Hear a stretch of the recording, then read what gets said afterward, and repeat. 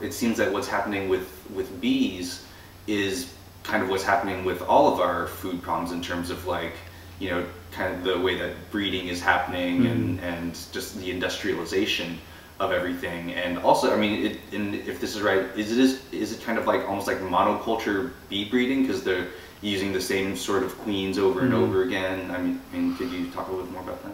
Well, the genetic stock of bees has greatly lessened because of our queen breeding practices. And Rudolf Steiner talks about this in 1923. He was talking to a beekeeper back then, and he warned the beekeeper, he said, because queen breeding just started up back then. And he said, if you continue the practice of artificial queen breeding, you're going to weaken the genetic stock of the bee, and they could likely die out in 80 to 100 years.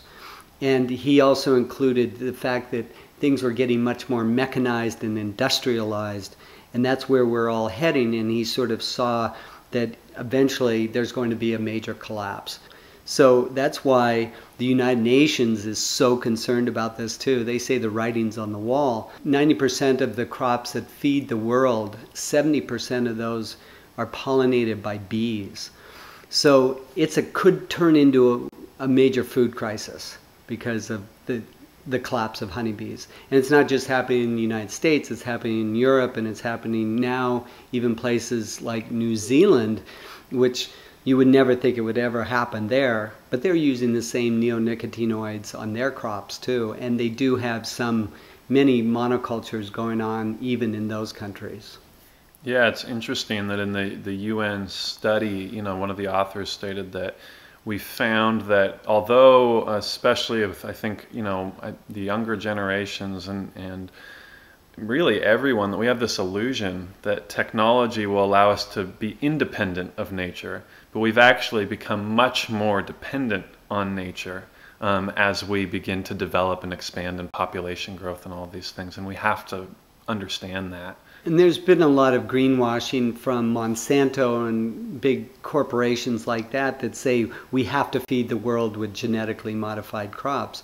Organic farming can do the same thing. It's no difference. But I think they're trying to make us think that science is going to solve all our problems, that all we have to do is, you know, with genetically modified crops, we put that seed, we coat it with a pesticide, it goes into the soil, it grows this plant, it's systemic, so it goes into every aspect of the whole plant.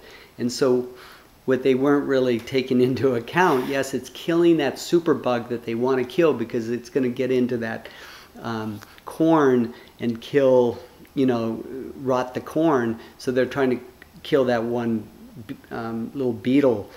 But what they haven't taken into account, bees also like to come and get the pollen from the genetically modified corn, and they take that into their stomach, and it actually affects the gut microorganisms in their stomach and can create havoc too.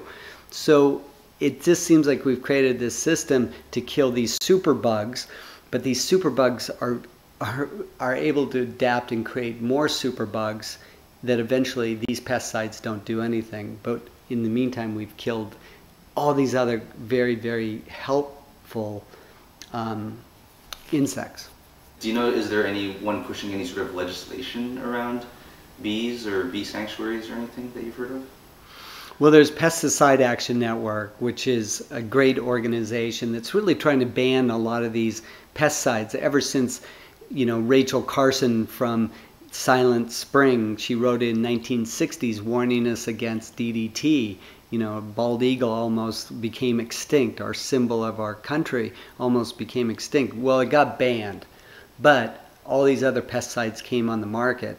And so we really haven't been listening to what Rachel Carson said in the 1960s because we're using more pesticides than we've ever used on crops. There's organizations like Pesticide Action Network or Organic Consumer Association that are great organizations that are really trying to ban these pesticides. Food Watch. There was a petition going around which you could sign on Pesticide Action Network to ban these neonicotinoids that are killing bees.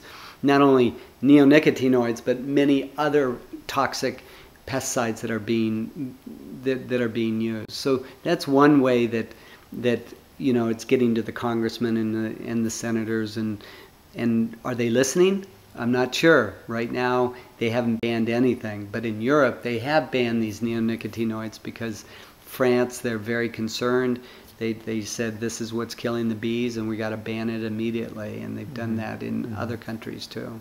I was in New York and I did see a few big major cockroaches that were crawling around and where I was staying, and it was like, oh God, they are getting big and scary. And I'm sure they've been sprayed by like every Raid can, and I'm sure they're just so much stronger. And we have to look at that like, the varroa mite, which is an insect, kind of a vampire-like insect or mite that feeds off the larvae of the baby bees in the hive. And it's a super big problem. In fact, in the 1990s, there was 90% decline of bees at one point. And there was a New York Times article saying hush of the honeybees because varroa mite was introduced into America, and it was just like clobbering beekeepers. How do we treat that? Well, of course, we're going to go in there with miticides, with that Raid can, so to speak, and spray the mites. But the bees are living in there too, and bees are very sensitive immune systems. So they basically started killing the mites, and the bees were weakened, but the mites would die out, but eventually they didn't die out. They started adapting because they basically mate with their brothers and sisters, and the generations cycle much faster, so they're adapting. Yeah, and suddenly they're like this super mite, and we show that in the film, like this animated sequence of the super mite.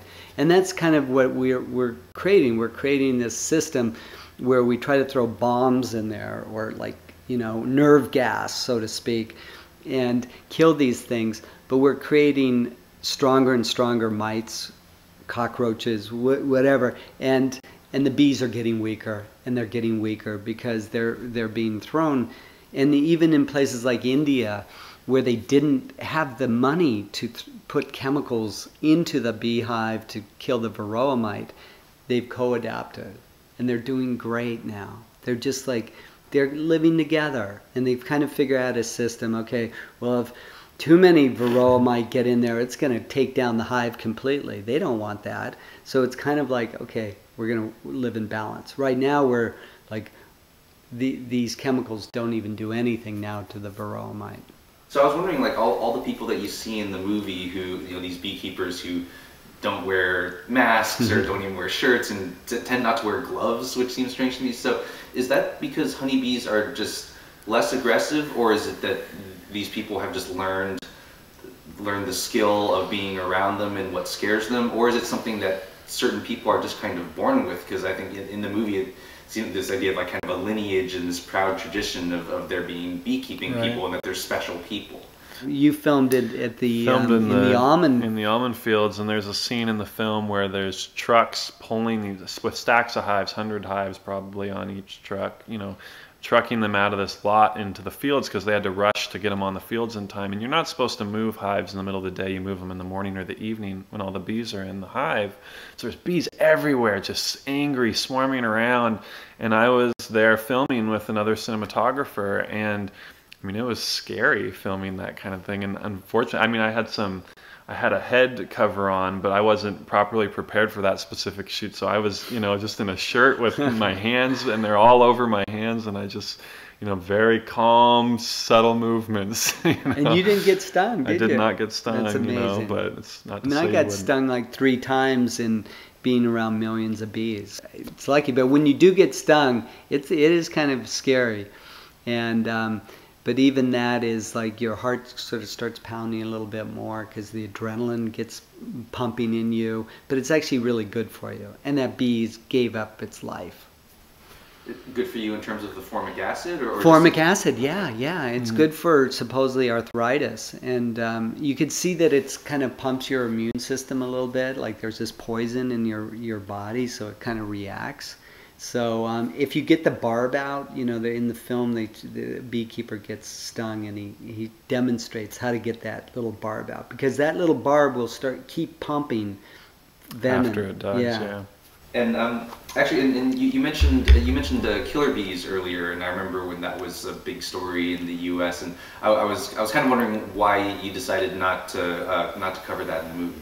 We didn't feel like killer bees were really a contributing factor to colony collapse. They're certainly a factor in the fear of bees, and although we don't talk about killer bees, I'm sure people think of that in that section of the film. So they are an impact on our attitude, but the only real effect they have on colony collapse is they're actually thinking about the idea of breeding these more aggressive Africanized bees to pump up the immune system and defenses of sort of these downtrodden and overly relaxed European honeybees, if you will. So they've overbred them so much that they've taken out their vitality. Yeah. And so these Africanized bees, I mean, they have a lot of aggression too. So yeah, that kind of commingling that they're thinking of. But they don't like to live up north. They're also not big honey producers. They're not useful in the same ways that the European honeybee are in terms of helping with agriculture. They're a much more feral kind of independent bee.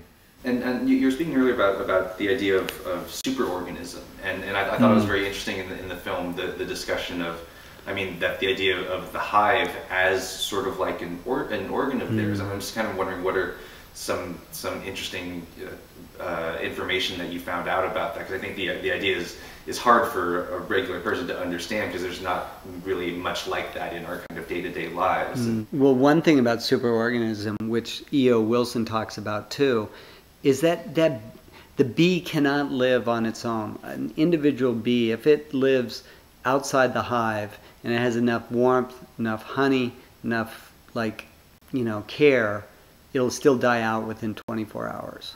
So it needs that superorganism. It needs the whole hive, which consists of 20 to 30,000 bees together, all clumped together. And the queen is there, and the worker bees, which are 90% of all the bees in a hive are worker bees, and they're females. They're feeding, taking care of the queen, cleaning the cells, the hexagonal forms. They're doing everything to make sure that this ecosystem, this family is cared for from generation to generation. To me, it's like, wow, they are super intelligent. They're all doing service. They're not only pollinating, keeping the world abloom, but they're also providing honey. And all their food is made in those hexagonal forms. And that's wax. And wax is made out of their abdomen. They kind of spew it out, and a bee behind will collect that wax and sort of sculpting it into the hexagonal forms. They're living. The wax is their home. It's their skeletal structure, so to speak. So everything takes place. They store honey there. They lay the eggs there. They do everything on this as a superorganism. They actually build the wax by linking to each other as a chain. So if you hang a chain in that arc, that's the arc that honeycombs will be built in initially, and then they'll expand out from there, because they actually grab onto each other and hang to make the form for the wax, and then bees start to build the wax in the middle of it. And it's just the most incredible, architecture if you think about it that way. And they also maintain the temperature of the hive. So the hive has a very specific temperature, so if it's too warm, certain bees will start fanning and cooling it off or heating it up, and certain bees are guard bees at the front to keep out, if a wasp comes, they'll all gather on the wasp as a group and overheat the wasp and kill it. So there's just these very intelligent, communication that they're doing, obviously, with each other, the waggle dance that we all learn about, so that they know how far a flower is away, how rich the nectar source is. It's this figure-8 dance, and they waggle and different points. It's a whole language, that they're communicating with each other. Really incredible.